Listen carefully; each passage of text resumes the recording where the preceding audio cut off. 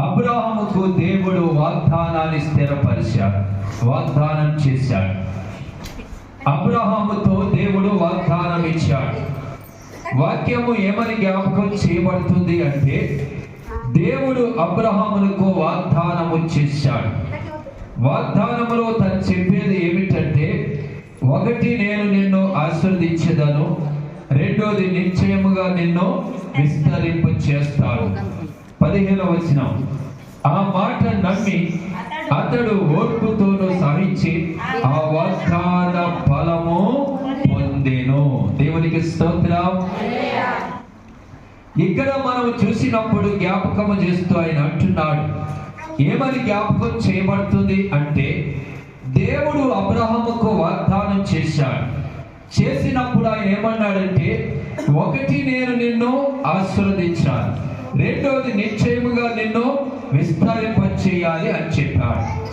ఎప్పుడైతే వాగ్దానం చేశాడో ఆ వాగ్దానాన్ని బట్టి అబ్రహాము ఏం చేయడం మొదలు పెట్టాడంటే, దేవుని పట్ల, దేవుని సన్నిధి పట్ల, దేవుని వాక్య పట్ల ఒక ఉద్దేశాన్ని కలిగి ఉన్నాడు అబ్రహాం. దేవుని స్తోత్రం. ఆ మాట నమ్మాడు. ఓర్పు కావాలి, సహనము కావాలి అని చెప్పాడు. ఆదికాండం 12వ అధ్యాయములో మనం చూసినప్పుడు జ్ఞాపకము చేస్తూ కొన్ని మాటలు చెప్పాడు. ఆదికాండం 12వ అధ్యాయంలో మనం చూద్దాము. మొదటి నుండి, యెహోవా నీవు లేచి నీ దేశములో నుండి, నీ బంధువుల యొద్ద నుండి, నీ తండ్రి ఇంటి నుండి బయలుదేరి నేను నీకు చూపించు దేశమునకు వెళ్ళుము. నిన్ను గొప్ప జనముగా చేసి నిన్ను ఆశీర్వదించేదను, నీ నామమును గొప్ప చేయుదును, నీవు ఆశీర్వాదముగా ఉండు. నిన్ను ఆశీర్వదించు వారిని నేను ఆశీర్వదిస్తాను, నిన్ను దూషించే వారిని శపిస్తాను. చాలు. దేవుని స్తోత్రం. ఆ మాట దేవుడు చెప్పినప్పుడు ఆ మాటకు లోబడి, వాగ్దానానికి లోబడి, వాక్యానికి లోబడి అబ్రహాము ఏం చేయడం మొదలు పెట్టాడు అంటే, నిజంగా దేవుని మాట విని చూడని ప్రాంతము, తెలియని ప్రాంతానికి వెళ్ళడం మొదలు పెట్టాడు. దేవుని స్తోత్రం. వెళ్ళాడు. తన యొక్క వాగ్దానం ప్రకారంగా వెళ్ళిన తర్వాత దేవుడు తన జీవితంలో ఓ కార్యము చేయడానికి ప్రారంభించాడు. ఆయన కీర్తన 105వ కీర్తనలో ఓ మాట మనం చూసినప్పుడు జ్ఞాపకము చేస్తూ ఆయన అంటున్నాడు. 105వ అధ్యాయము మనం చూస్తే 42వ వచనాన్ని మనం చదువుదామా. ఎలయనగా ఆయన తన పరిశుద్ధ వాగ్దానమును తన సేవకుడైన అబ్రహామును జ్ఞాపకము చేసుకున్నాడు. స్తోత్రం చెప్తారా? చూడండి ప్రియ దేవుని బిడ్డలారా, ఈ మాట మనం చూసినప్పుడు జ్ఞాపకము చేస్తున్నాడు. ఆయన అనగా దేవుడు తన పరిశుద్ధ వాగ్దానమును తన సేవకుడైన అబ్రహామును జ్ఞాపకము చేసుకున్నాడు. అబ్రహామును జ్ఞాపకం చేసుకోవడానికి ముందు కారణం ఏమిటంటే వాగ్దానము. వాగ్దానాన్ని బట్టి అబ్రహాముని జ్ఞాపకం చేశాడు. నిజంగా అబ్రహాం యొక్క ప్రవర్తన ఎలాగుంది, జీవితం ఎలాగ ఉంది, విశ్వాసం ఎలాగ ఉంది, తన అన్యోన్యత ఎలాగ ఉందో దేవుడు చూశాడు, నమ్ముకున్నాడు, వాగ్దానం చేత పట్టాడు, బయలుదేరాడు, వెళుతూ ఉన్నాడు. తన జీవితంలో అనేకమైన నిందలు, అనేకమైన పరిస్థితులు, శత్రువులు ఉన్నారు. అబీమెలెకు శత్రువు అయిపోయాడు, ఫిలిష్తీయులు శత్రువు అయిపోయారు, రకరకాలైన పరిస్థితులు శత్రువుతో. అలాంటప్పుడు అన్నిటిలో కూడా అబ్రహాము ఎలాగున్నాడు అంటే ఓర్పు, సహనం. స్తోత్రం చెప్తారా? ఏమేమున్నాయి? ఓర్పు, సహనం అండి. ఈ ఓర్పు, సహనం అన్నది మన జీవితాలలో చాలా అవసరం అండి. కుటుంబమైన, సంఘమైన, సమాజంలో మనం బ్రతకాలన్నప్పటికీ కూడా ఈ 3 చాలా అవసరం. అబ్రహాం ఆ ఓర్పు, సహనాన్ని కలిగి ఉన్నాడు కనుక తెలియని ప్రాంతానికి వెళ్ళిన తర్వాత అందరూ వెల్కమ్ చెప్పలేదు, అందరూ స్వాగతం పలకలేదు. అయినప్పటికీ కూడా శత్రువులుగా చూసి, తన భార్యను చూసి వేరే వాళ్ళు కూడా అందగత్తిగా ఉందని చెప్పి పరిస్థితులన్నీ వింటుంటే అబ్రహాములో ఒక రకమైనటువంటి వేదన అండి. చూడండి, ఎవరన్నా పలనోరు భార్య బాగుంది బాగుంది అందంగా ఉందని చెప్తే ఆ భర్తకి ఎలాగుంటుందండి? ఎలాగుంటుంది? ఎంత వేదన, బయటికి చెప్పులేని పరిస్థితి. ఉన్న దేశము కాదు, పరాయి దేశంలో ఉన్నారు. అందరు చూసి ఆ దేశ స్త్రీల కంటే తన భార్య అందంగా ఉండడం చూసి వీటన్నిటిలో కోపం వచ్చినా, బాధ వచ్చినా, కష్టాలు వచ్చినా, శ్రమలు వచ్చినా కాస్త అబ్రహాములో ఏమొచ్చింది అంటే, ఒకటి ఓర్పు కలిగి ఉన్నాడు, రెండోది సహనము కలిగి ఉన్నాడు. దేవుని స్తోత్రం చెప్తారా? సహనం. క్రైస్తవ దేవుని బిడ్డలుగా మన జీవితంలో ఈ సహనం అన్నది మనకు చాలా అవసరమైనది. అందుకని ఒక భక్తుడు సామెత చెప్పాడు, పొలానికంట మడికంట గట్టు ఉండాలంట. పొలానికి గట్టు ఉండాలి, కుటుంబానికంట గుట్టు ఉండాలి, సంఘానికంట కట్టు ఉండాలి. ఎన్ని ఉన్నారు మీరు ఇక్కడ? ఒకటి ఏంటి చెప్పండి? పొలానికి ఏం కావాలి? గట్టు లేకపోతే పంట పండదు. మడికి గట్టు, గట్టు ఉంటే అది పంట పండుతూ ఉంది. రెండోది కుటుంబానికి గుట్టు. భార్య గురించి భర్త చెప్పి, భర్త గురించి భార్య చెప్పి అంటే నలుగురు అయిపోతే ఆ కుటుంబం ఏమైపోద్ది? కుటుంబంలో ఎంత సమస్య, కొంత ప్రాబ్లం ఉంటూ ఉంటుంది సహజంగా. అనారోగ్యం ఉన్నంత మాత్రం అందరికీ చెప్పేస్తే భార్య ఒక చోట, భర్త ఒక చోట, ఏ కిరాణా కొట్టు కాడో ఏ షాపు కాడో చెప్పేసుకుంటే పరుగు పోయినట్టే కదండి. ఫైనాన్షియల్ సమస్య, హెల్త్ సమస్య ప్రతి కుటుంబంలో వస్తూ ఉంటాయి, పోతూ ఉంటాయి. హెల్త్ గురించి చెప్పినా చిన్న చేసిన వాళ్ళు చూడండి, లేక ఫైనాన్షియల్ గురించి చెప్పినప్పటికీ. అందుకని కుటుంబానికి ఏముండాలంటే గుడ్డు ఉండాలి. కష్ట సుఖాలనే వస్తుంటాయి, వ్యాధి బాధలనే వస్తుంటాయి, ఫైనాన్షియల్ సమస్య వస్తుంటది. అప్పుడు కుటుంబానికి ఉండవలసిన పరిస్థితి ఏంటంటే గుడ్డు. స్తోత్రం చెప్తారా? అప్పుడు ఆ కుటుంబం ఘనతకు అర్హులుగా ఉంటది, లేకపోతే ఘనతహీనకు అర్హులుగా ఉంటది. మూడోది సంఘానికి ఏముండాలంటే కట్టుబాటు ఉండాలి. దేవుని స్తోత్రం. కట్టుబాటు అనగా ఒక క్రమశిక్షణలో ఉండాలి. సంఘం అన్నది ఒక క్రమము, ఒక బాధ్యత అనేటువంటిదిగా ఒక క్రమము అన్నది, కట్టుబాటు అన్నది మనకి ఉండాలి. మనము లోకములో నుండి వేరు చేయబడిన వాళ్ళము, ఏర్పాటు చేయబడిన వాళ్ళము, పిలువబడిన వాళ్ళము. సంఘములో ఉన్నటువంటి ఆత్మీయ బిడ్డలైన మనము కేవలం భౌతికంగా ఆలోచించి వాళ్ళమే కాదు, శారీరకంగా ఈ లోకమే కాదు. క్రైస్తునికి ఏంటంటే రెండోది ఏంటంటే ఇంకొక లోకము ఉంది, అదే పరలోకము. దేవుని స్తోత్రం. అందుకనే మనకు క్రమ పద్ధతులు ఉండాలి, క్రమం ఉండాలి. ఈ మూడు అన్నది చాలా అవసరమై ఉంది. దేవునికి స్తోత్రం. అందుకనే మన జీవితాలలో కొన్ని సందర్భాలుగా నిందలు వచ్చినా, కొన్ని సందర్భాలుగా శ్రమలు వచ్చినా, కొన్ని సందర్భాలుగా మన జీవితాలు ఏదైనా ఎదురైనప్పటికీ కూడా మన జీవితంలో కాస్త ఏముండాలి? ఓర్పు ఉండాలి, ఓర్చుకోవాలి. ఒకటి. రెండోది ఏం చేయాలి? సహనం ఉండాలి. ఎవరు ఏదో అన్నారని చూసారా? 25వ తారీఖున క్రిస్మస్కి రాలేదు అక్క చెల్లెలు. వాళ్ళ పేరు కూడా చెప్పమంటారా? మీరు చెప్పేస్తారా? అక్క చెల్లెలు రాలేదు. 25 క్రిస్మస్కి అక్క చెల్లెలు రాలేదు.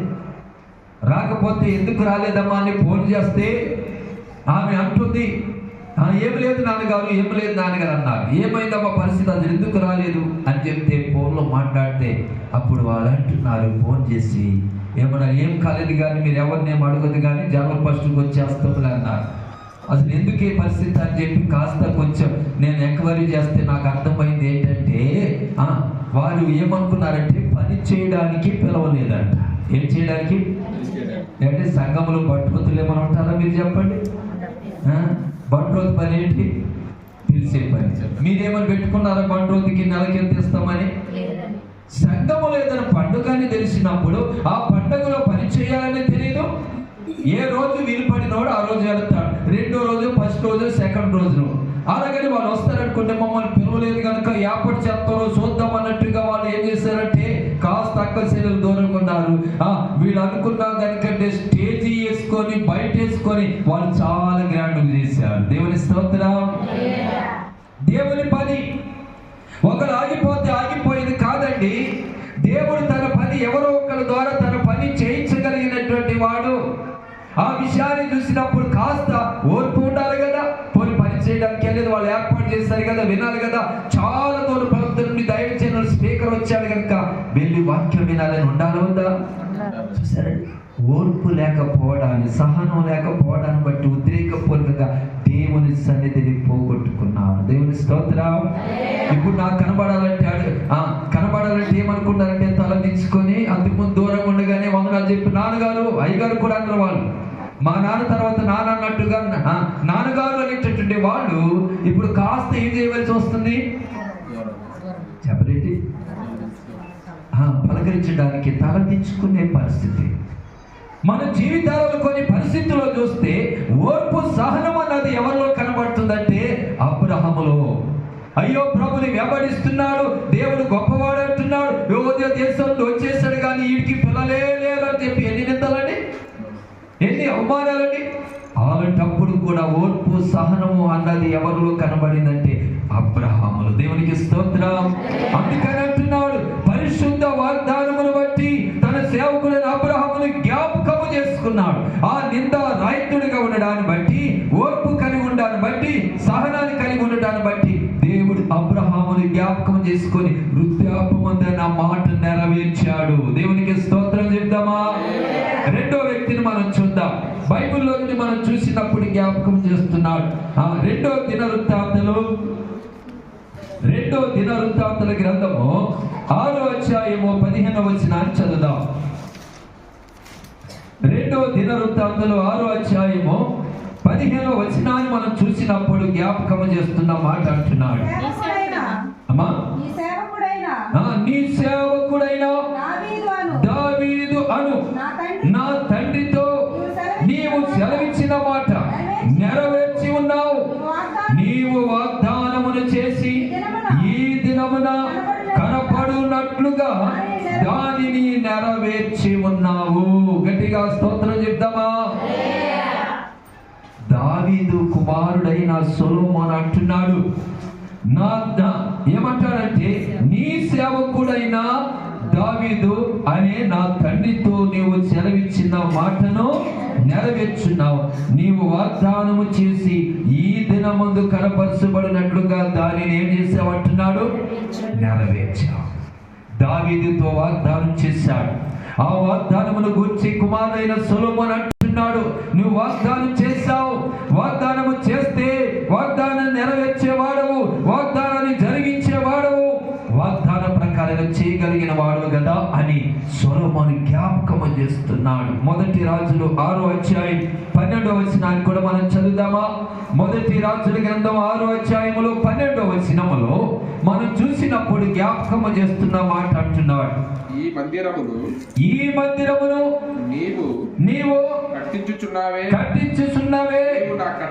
నీవు నా కట్టడాలను న్యాయ విధులను అనుసరించి నడుచుకొనుచు నేను నియమించిన ఆజ్ఞలన్నిటినీ గైకొనిన ఎడల నీ తండ్రి అయిన దావీదుతో నేను చేసిన వాగ్దానమును నీ పక్షమున స్థిరపరుస్తాను. స్తోత్రం చెప్తారా? చూసారా, ఇక్కడ మనం చూసినప్పుడు అంటున్నాడు, ఒకటి అబ్రహాముతో దేవుడు వాగ్దానం చేశాడు, రెండోది దావీదుతో వాగ్దానము చేశాడు. ఇప్పుడు తన కుమారుడైన సొలొమోనుతో దేవుడు ఏమన్నాడంటే, నేను నీ తండ్రికి చేసిన వాగ్దానము నెరవేర్చబడాలి, ఆ వాగ్దానం నీలో స్థిరపరచబడాలి అంటే నీవు చేయవలసింది ఏంటి అంటే, ఒకటి నా కట్టడాలు నా న్యాయ విధులను అనుసరించుకొని నేను నియమించిన ఆజ్ఞలు గైకొంటే ఆ వాగ్దానము నీలో స్థిరపరచబడతాది. దేవుని స్తోత్రం. వాగ్దానం తీసుకోవడం వేరు, వాగ్దానానికి తగినట్టుగా నడుచుకోవడం వేరు. వాక్యము వినడం వేరు, వాక్యాన్ని విని దాన్ని అనుసరించి నడుచుకోవడము వేరు. దేవుని స్తోత్రం. చాలా బాగుంది వాక్యము, చాలా బాగుంది అని చెప్పడం వేరు, దాని ప్రకారంగా నడుచుకోవడం మన జీవితాల్లో వేరు.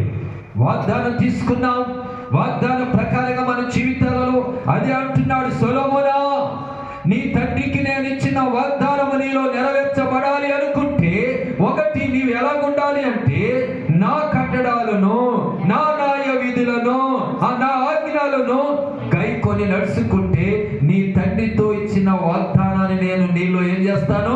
స్థిరపరుస్తాను. దేవునికి స్తోత్రం. హల్లెలూయా. ఆ వాగ్దానాన్ని నేను స్థిరపరుస్తాను అంటున్నాడు. నిజమే. ఈ రోజున సొలొమోనులో వాగ్దానం స్థిరపరచడానికి తన కారణం ఏంటంటే 5వ అధ్యాయం 12వ వచనాన్ని కూడా చదువుదాం. 5:12. యెహోవా సొలొమోనునకు చేసిన వాగ్దానము చొప్పున అతనికి జ్ఞానమును దయచేసెను. గట్టిగా స్తోత్రం చెప్దామా? ఏం చేశాడంట? ఏదైతే దేవుడు వాగ్దానము చేశాడో, వాగ్దానం చేసిన దానిని బట్టట సొలొమోనుకు జ్ఞానమును దయచేశాడు. ఈ రోజున ఒకటి మనం గమనించాలి. వాగ్దానం చేసింది మనం పొందాలి అంటే, వాగ్దానం మనం అనుభవించాలంటే, వాగ్దాన ప్రకారంగా మన జీవితంలో కలిగి ఉన్నప్పుడు నిజంగా దేవుడు మన పట్ల కార్యము చేస్తాడు. దేవునికి స్తోత్రం.